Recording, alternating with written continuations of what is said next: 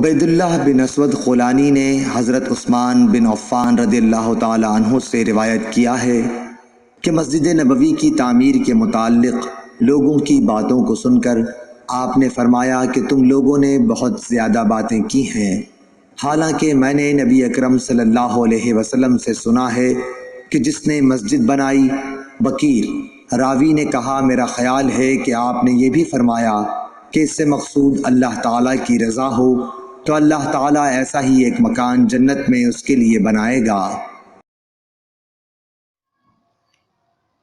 ابو موسیٰ اشعری صحابی رضی اللہ تعالیٰ عنہ نبی کریم صلی اللہ علیہ وسلم سے روایت کرتے تھے کہ آپ نے فرمایا اگر کوئی شخص ہماری مساجد یا ہمارے بازاروں میں تیر لیے ہوئے چلے تو ان کا پھل تھامے رہے، ایسا نہ ہو کہ اپنے ہاتھوں سے کسی مسلمان کو زخمی کر دے۔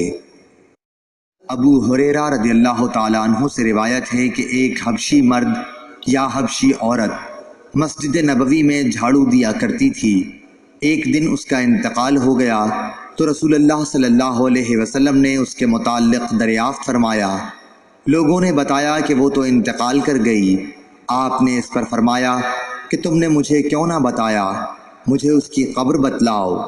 پھر آپ قبر پر تشریف لائے اور اس پر نماز پڑھی۔